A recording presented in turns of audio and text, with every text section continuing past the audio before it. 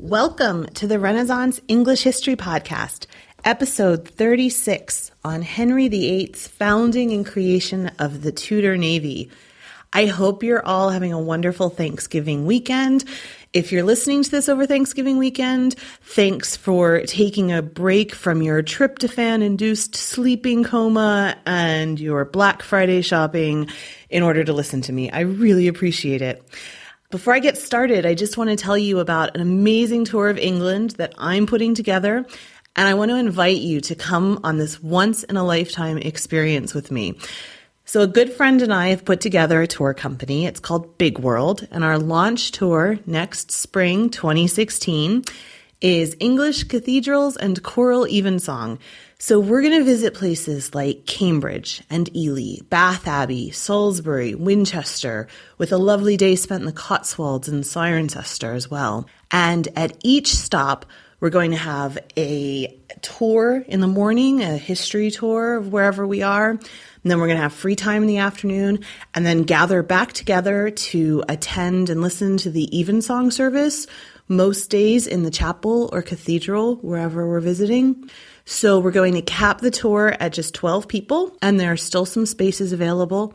And if the idea of spending 9 days traveling through the English countryside in one of the most beautiful times of the year, wandering through the Cotswolds, lounging in a Roman bath, and enjoying some amazing music almost every day in the most stunning settings is appealing to you, then I would invite you to check out our tour at www.bigworld.com. That is, again, www.bigworld.com. Thanks so much, and we can't wait to travel with you.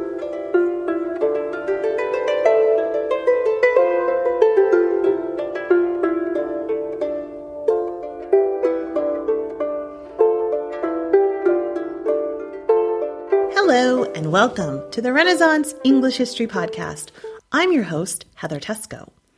As I get started, here is my holiday gift to you. Okay, so I'm going to start sending out regular monthly newsletters to keep in touch with people who listen to this podcast in a different way. So we're going to have book and CD giveaways, promotions, exclusive content, interviews that are beyond what I put on the podcast.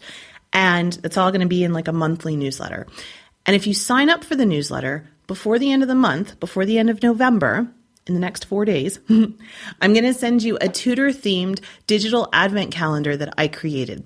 So every day opens up to a different Tudor or Elizabethan holiday treat, like a Renaissance Christmas playlist, or a holiday video at Hampton Court, or a recipe for wassail. Because I know you're all sitting around saying, man, I wish I had a recipe for wassail right now, right? I know you are. So go to the website at www.englandcast.com and sign up. It just is an email address, and I'm totally not going to spam you. If I had time to send out spam emails to people, I would potty train Hannah. Totally free, and you'll get the monthly newsletter with chances to win books and CDs and all kinds of fun things like that. And of course, you can totally sign up anytime in December. And if you're listening to this in a year or whatever, you can still sign up. It's just that if you want to get the Advent calendar for all 24 days in December leading up to Christmas, then you should sign up so that you get it in time for December 1st. And I'm still going to send it to you even if you sign up afterwards. It's just you'll have missed the first couple of days. Anyway, so go to the website, sign up, englandcast.com. Also, a quick reminder that if you like this podcast, please rate it in whatever service you use to listen to it. If it's iTunes or Stitcher or something else that I don't even know about, it helps other people to find the podcast and decide if it's something that they want to listen to. And finally, last admin announcement. You can call me now at 801-6TESCO or send me a text. Again, it's 801-683-9756. And that's my listener feedback line. You can leave me feedback, show ideas, nice thoughts, anything like that. Yeah, send me a text or give it a call, 801-6TESCO, 801-683-9756. Okay, so this week I'm talking about the rise of Henry VIII's Navy. He was the founder of the Royal Navy, and how England went from being this kind of place where even fishermen rarely went beyond the view of land into a naval powerhouse that was able to defeat the mighty Spanish Armada within just 2 generations. Along the way, we'll be talking about famous ships like the Mary Rose and the Great Harry, victories in France and Scotland, defeat in France, and ultimately the emergence of a naval power. So let's start by talking about ships, shall we? Ships in general were going through a major transition during the Renaissance, thanks to the growth in trade between Northern Europe, with their heritage of the Norse kind of Viking ships, and Southern Europe, which had a more Mediterranean tradition. And the new ships that were kind of built out of combining these traditions were faster, they could sail further, they could also sail closer to the wind, which made it easier to sail to places that were previously difficult to reach because of prevailing winds. So, of course, this would eventually lead to all the different voyages of exploration. What we're also interested in is the idea of how a ship could be used in warfare, which was also changing. In the Middle Ages, ships were a means of transport. You would put all of your soldiers onto your ship, and you would have some archers to kind of cover them as they disembarked. You would sail to France or Scotland or anywhere else you wanted to make war. And you would disembark with your archers perhaps covering you. And the men of war would get out, the soldiers would get out, and you would proceed to fight. But this was changing during the Tudors, largely in part to the invention of gun ports. Ships would have these watertight holes in their sides where you could put cannon. So ships were actually turning into a weapon themselves rather than just something that was a transport.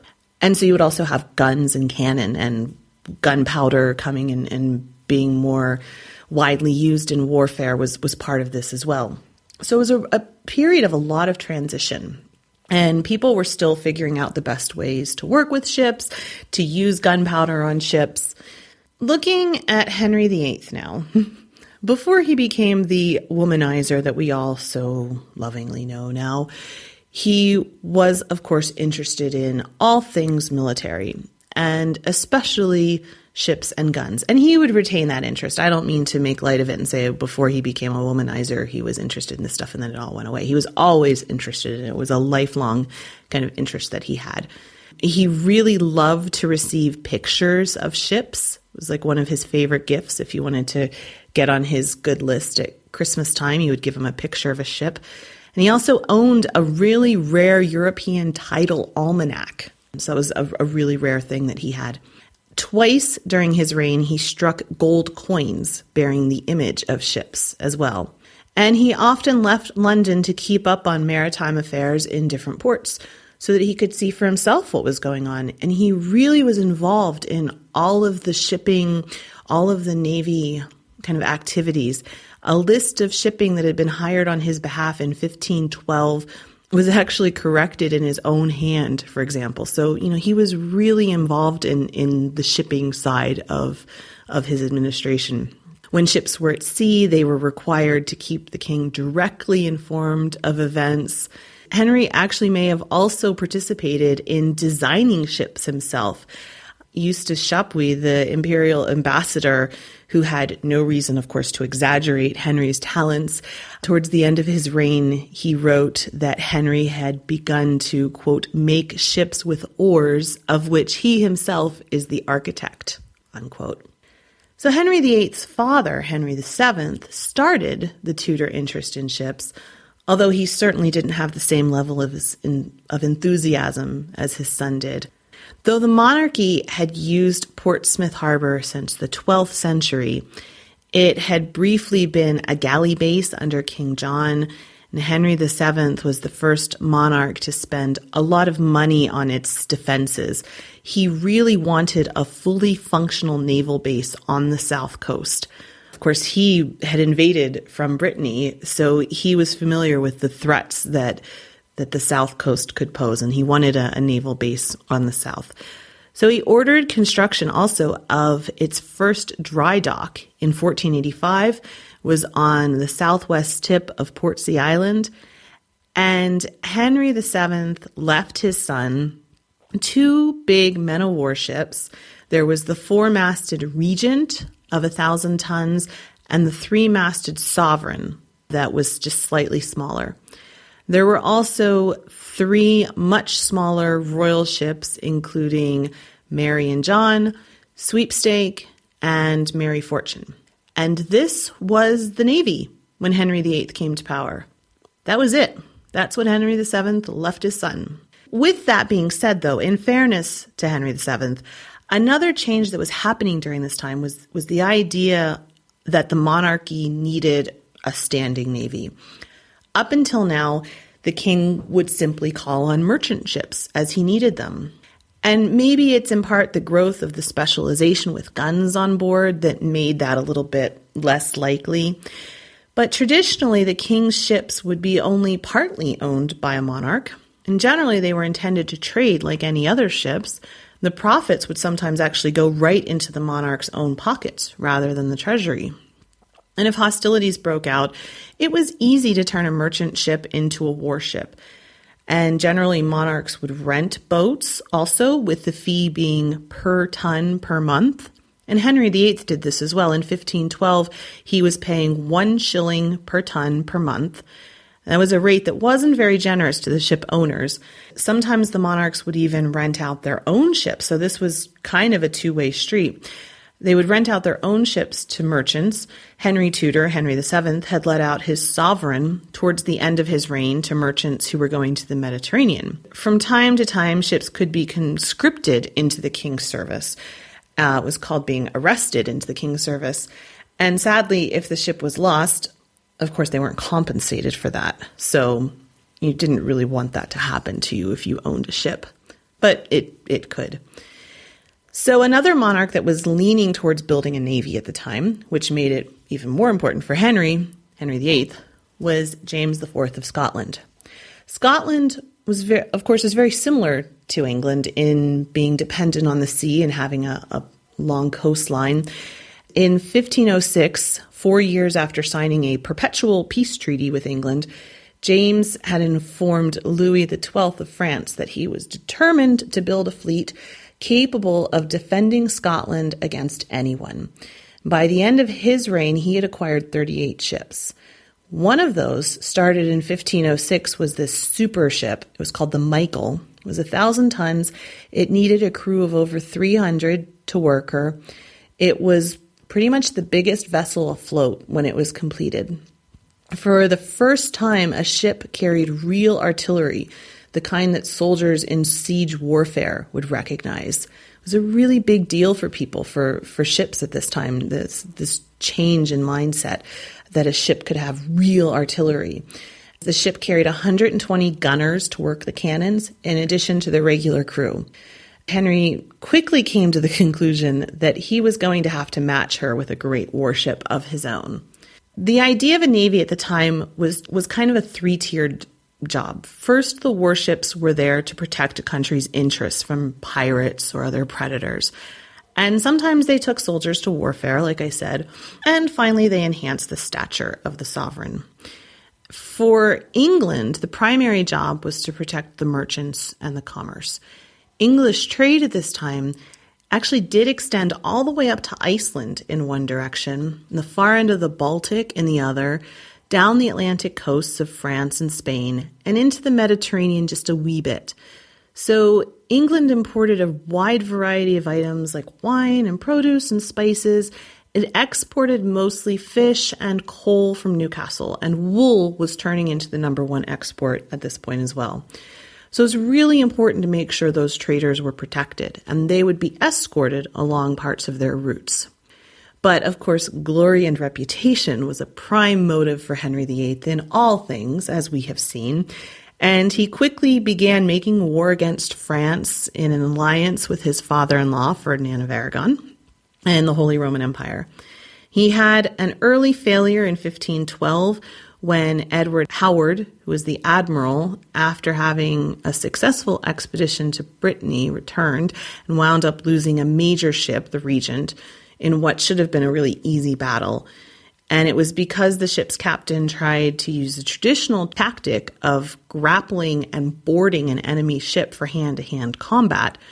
And while this was happening, an explosion on the Breton ship caused both of them to catch fire. They were both lost, taking about 1,500 men with them. And again, this would be another major turning point in naval warfare as people turned towards firing artillery to sink a ship rather than that traditional form of grappling and, kind of going up to a ship and trying to board it and have hand-to-hand combat. So a lot of changes going on in fighting, naval power, naval fighting at this time.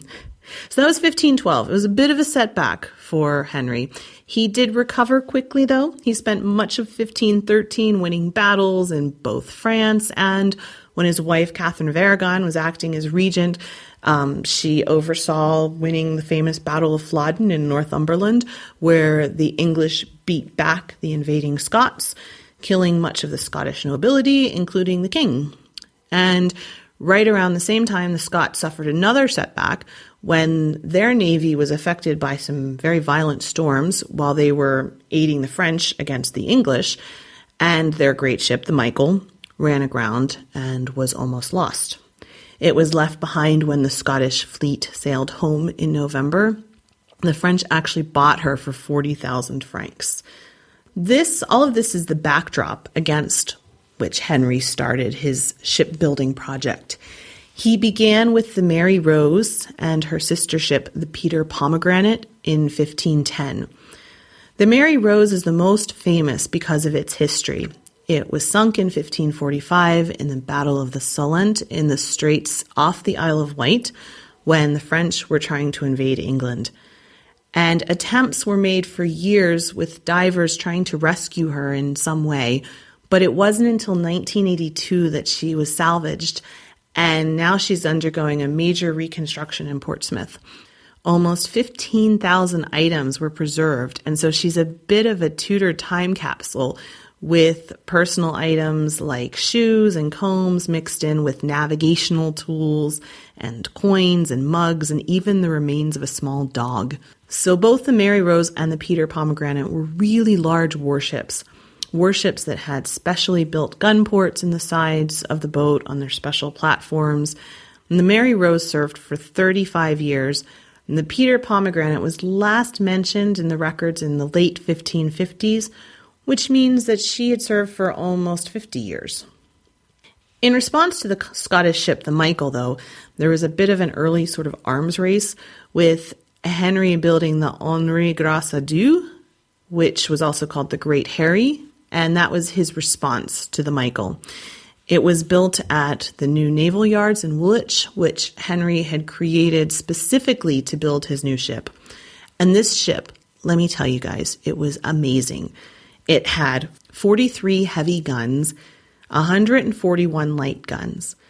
She was one of the first ships to be able to fire her guns broadside, which meant that she could actually go up parallel to a ship, be right next to the ship, opening up those newly invented watertight gun ports along the side of the boat.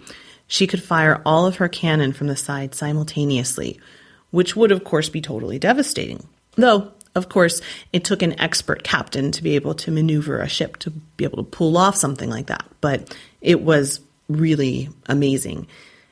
And the Great Harry's forecastle, the bit that you always see in paintings on either side that goes up really high, it's called the forecastle. The Great Harry's was 4 decks high. She had a crew of between 700 and 800 men. And she saw little in the way of actual action, though she was at the same battle where the Mary Rose was sunk. And she was mostly used for kind of diplomatic things, for showing off. She took Henry to the Field of the Cloth of Gold, and she was his pride and joy kind of flagship. After Henry died, she was renamed for Edward, and then she's lost in the record. It's a great shame this magnificent flagship was just sort of lost, though it is possible that she burned in a fire that happened in Woolwich in 1553. So we've got Henry building ships, and at the end of his reign, he left a navy of over 50 great ships, which was, as you'll remember, about 10 times the size of what he was left with when his father died. He had also created the new dockyards at Woolwich and Deptford to build and house these great ships. All of this activity needed support, both in terms of paying the workmen and also provisioning them while they were working. To build the Great Harriet took 252 men. And because there weren't very many men with shipbuilding experience in London, the men came from all over the country, including Plymouth, Dartmouth, Exeter, Poole, Ipswich, York, and others. They were all paid a halfpenny a mile to cover their travel while they came to Woolwich. And on site, their pay varied depending on what skills they had. But in general, it was between 2p and 6p for a shipwright. That's per day. 2p to 5p for a laborer. And everyone received free lodging and meals while they were working. This was actually a much better deal than they would have received under Henry's father. Henry Tudor was so famous for being miserly, and he, of course, expected them to pay their own way and their own lodging while they were working for him. Not Henry VIII, though. He fed them well. The food that they received would have been really high quality, too. They received meals of beef, cod, herring, oatmeal, plus rations of bread and ale. So they were fed well. Doing a project like this, even only once or twice, would have been a major feat. But doing it enough to be able to leave your successor over 55 ships took a level of project management that needed an expert in administration. So enter our good friend Thomas Cromwell. Henry created the Naval Board to oversee the administration of the Navy, but that wasn't until 1546, by which point Cromwell had already lost his head. However, while his head was still attached, he had earned the king's favor by, of course, being very efficient in the way he handled Henry's money, and also the way he obtained money for Henry through dissolving the monasteries, though that's a totally different subject. The point is, Cromwell was this project manager who could have written a book on project management. When Henry broke with Rome to marry Anne Boleyn, there was a question of where the tax money that had previously gone to the Pope would go. Cromwell suggested that it should go towards provisioning the sea defenses, and he appointed his friend Stephen Vaughan as the king's agent in the Low Countries. One of his major tasks was to procure naval stores. So basically, during this whole first part of the century, you're seeing this movement from the king not being involved at all in maintaining a navy very much and simply renting merchant ships when he needed to in order to go to war, to then a movement towards the king having his own fleet, and it's a specialized fleet that you couldn't just use these ships for trading. These weren't trading ships. These were ships that had artillery, things you could use in siege warfare on them. You needed very specialized skills with the people that were working on the ships. You needed to have gunners. You needed to have very specialized skills. All of this required, of course, this administrative network to be able to support it from one sort of central office so that the responsibility was streamlined in a single line of command rather than through all these disparate places. So if you're just renting out ships from merchants, you could have all kinds of people all over the country taking care of that. But if you've got all of these, if you've got ships that have crews of 500, 600 men, you need to have one kind of office that's taking care of getting the stores for them, of provisioning them, and making sure that you're able to fix them when they spring leaks. And you're able to fix the guns as they break. And it all, became a project that needed a whole administrative side. And that's what you're seeing kind of developing during these first 50 years. So the break with Rome, of course, meant that in addition to being able to marry Anne Boleyn, it also meant that Henry was going to be facing the threat of war again, this time from Catholic powers who saw a chance to get in good with the Pope, the Holy Roman Emperor, while also making things difficult for England. And because of the new threat of war, specifically with France, Henry decided to keep 30 ships active even during peacetime to patrol the coasts. This meant that you needed to have more facilities on shore, have, again, more administration, more people to fix the ships when things go wrong because they're not just being stored throughout peacetime. You have to pay people to be on the ships during peacetime as well. So again, that was another big expense. It was a really big jump to having this navy that was perpetually active. In 1545, the French had tried to invade again with 30,000 men. It was actually a larger armada in terms of ships than when the Spanish invaded with their armada 40 years later. The Mary Rose was the most famous casualty of this invasion. The French troops were repelled both by the English weather and the English troops. They returned to France, and then Henry created the Navy Board in 1546. It was organized with 7 officers in charge, each in charge of a specific area that was presided over by a vice admiral. And during peacetime, the Navy actually spent a lot of its time chasing pirates. So again, protecting the merchants. That was another big role of it. Henry also began casting cannon in England. By the time of Elizabeth, England had a huge ironworking industry, ironworkers using furnaces developing cast iron cannons. They weren't as durable as bronze cannon, but they were much cheaper, and they could be produced in England with English materials. And in the next episode, I'm actually going to talk about the economy of the iron in the Forest of the Weald and the growing economy around cast iron in Tudor England. So that's it for this week. The book recommendation is Great Harry's Navy by Geoffrey Morehouse. I'm going to put a link up on the site and on the Facebook page. Again, the Facebook is facebook.com/Englandcast. And go to the site. Go also because you should sign up for the mailing list and get your digital advent calendar in time for Christmas. Merry Christmas. And also there's show notes. So go to the site, englandcast.com, and there's show notes up for this episode with links, the book recommendation, videos, all kinds of fun stuff. Yeah, don't forget to sign up for the mailing list.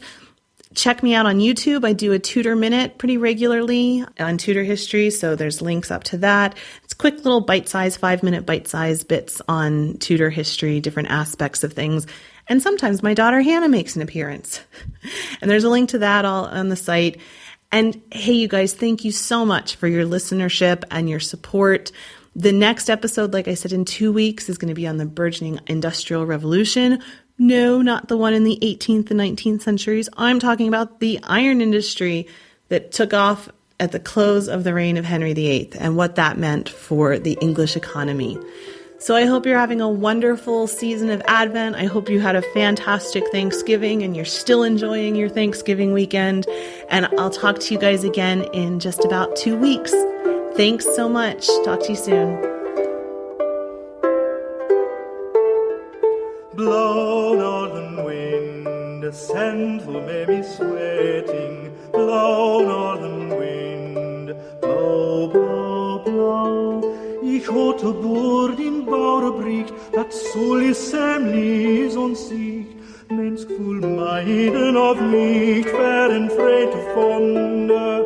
In all this warfliche one, born of blood and of bone, never yet in Uster known, of some air in London.